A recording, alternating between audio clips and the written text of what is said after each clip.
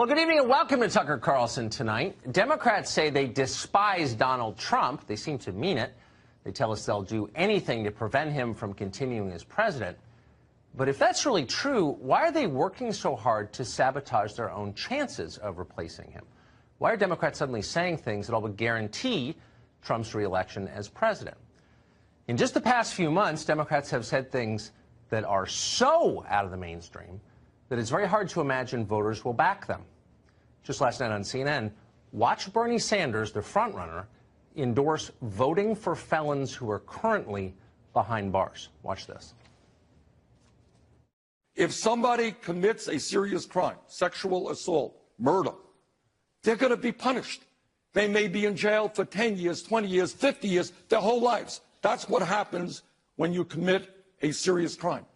But I think the right to vote is inherent to our democracy. Yes, even for terrible people. Terrible people. So how terrible is Sanders talking about? Cannibals? Convicted spies? How about terrorists who kill children? Oh, yes, said Bernie Sanders. They get the vote, too. Unlike the First or Second Amendments, that's in the Constitution. Senator Kamala Harris seemed to agree with that. But people who are convicted in prison, like the Boston Marathon bomber, on death row, people who are convicted of sexual assault, they should be able to vote? I think we should have that conversation. Okay, let's have that conversation. Best to do it right now, actually, because whenever the left tells you they want a conversation about something, you can be certain that any dissent on that subject will be banned a year from now. By 2020, questioning whether imprisoned terrorists should vote will earn you a trip to the HR department and a lifetime ban from PayPal and Twitter. So while we still can, consider the story of Dzhokhar Tsarnaev. Tsarnaev first came to the United States, you'll remember, on a tourist visa with the rest of his family from Kyrgyzstan.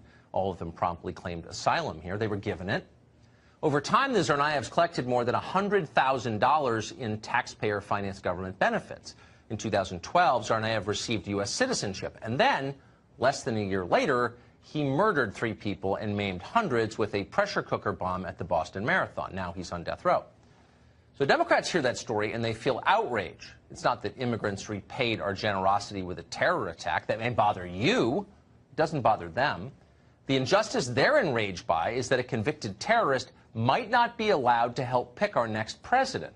That's outrageous in their view. It's just the kind of institutionalized bigotry that Kyrgyzstani refugees like the Tsarnaevs have faced historically in this country. Maybe they need reparations, too. They definitely need a voice. So do the convicts of West Feliciana Parish, Louisiana.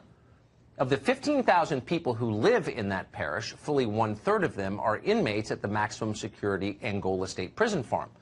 They are the single largest block of voters in the area. According to Bernie Sanders, this is bad because they're being denied democracy.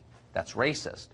Once Bernie Sanders is president, they'll be able to elect the city council and the sheriff, maybe the warden, too. That's the kind of progress we're talking about here. Piers Morgan is editor-at-large at dailymail.com, and he joins us tonight. Piers, thanks a lot for coming on. So without mocking this, I mean, let's just take it seriously for a second, the idea that people currently behind bars who have not completed their sentences but are serving them should be allowed to choose our leaders. Is this a good idea? You know, Tucker, I was watching the CNN town hall when Bernie Sanders said what he said about the Boston Marathon bomber, and I literally spat my drink out. And it was a nice glass of red wine, so it was a senseless waste of good alcohol. But I spat it out because I couldn't really believe what I was hearing. This is a guy, front runner, as you said, to be the potential nominee for the Democratic Party to beat Donald Trump. That's their plan. That's what they want to do. And their main selling point right now in a CNN town hall is that they want the Boston Marathon bomber to be able to vote while he's in prison, while he's on death row. And whilst you say don't mock it, how can we not mock it? This is the stuff of utter lunacy. And it's the kind of stuff that I think, I've been watching the show for a long time, this kind of invasion of woke thought, which is now really sending people nuts, I think is now being extended to areas like the penal system. And they're looking at this and saying, yeah, that makes perfect sense. It makes perfect sense that rapists, pedophiles, terrorists, people guilty of treason, mass murderers, serial killers. They should all have the right to vote. That is the most important thing. Here's what I would ask them. And there's an irony in me putting this question, Tucker, which you will immediately understand.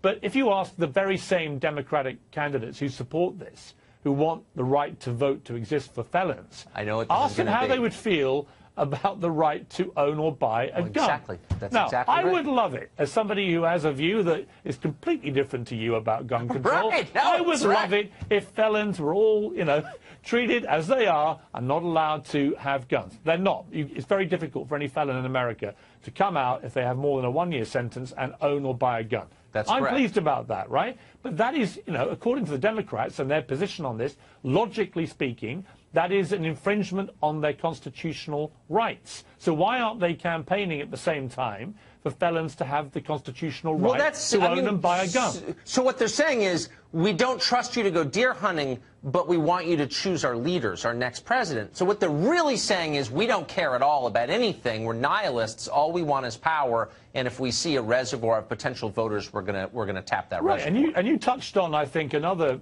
issue here, a very serious one, which is look at the voting intentions of some of what these felons would presumably be having.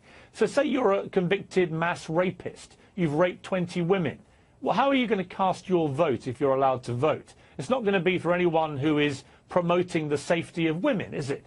So there is a direct consequence, a direct electoral voting consequence in allowing serious offenders to vote. I would extend it to I wouldn't allow any felons to vote at all while they're in prison. They're not allowed to walk out free into the street. So just don't let anybody have a vote while they're in. That's what punishment's supposed to be about. You lose your rights to a normal life. But I would also extend it to, certainly for anything over the most tiny, minuscule offences, I would say, look, you can come out and we're going to watch you for 5 years. And we're going to see if you're genuinely rehabilitated.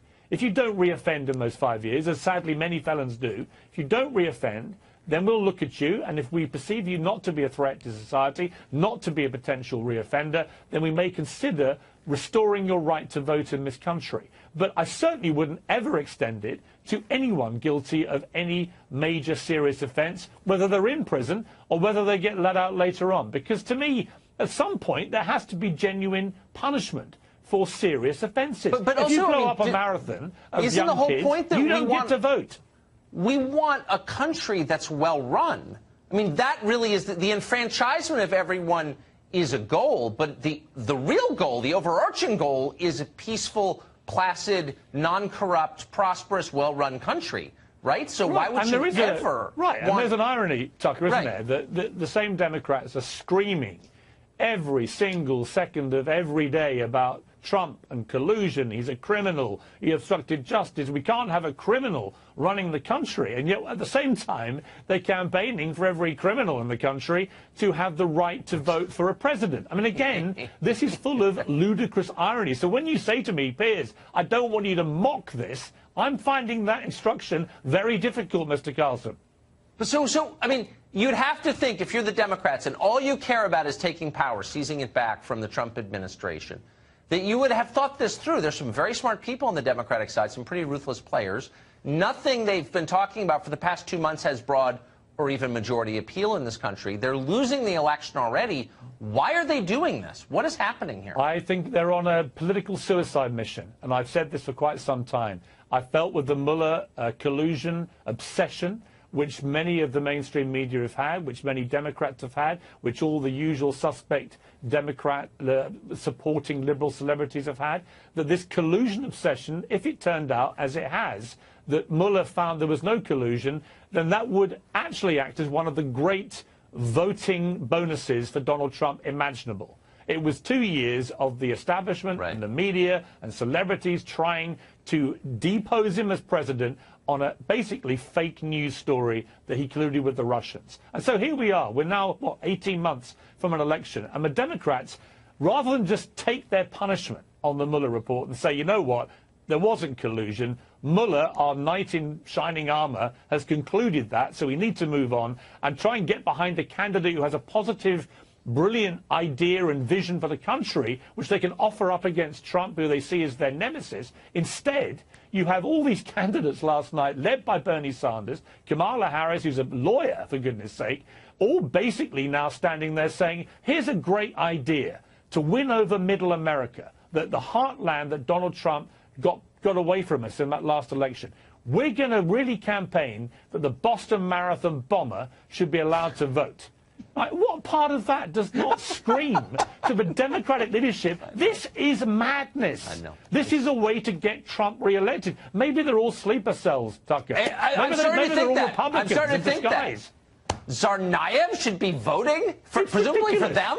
It's unbelievable. Piers Morgan, thank you for that incisive analysis. You know what? They'll be giving me the vote next, Tucker. I mean, where does this end? Yeah, I'd be happy if you had. Piers Morgan, great to see you. Thank you.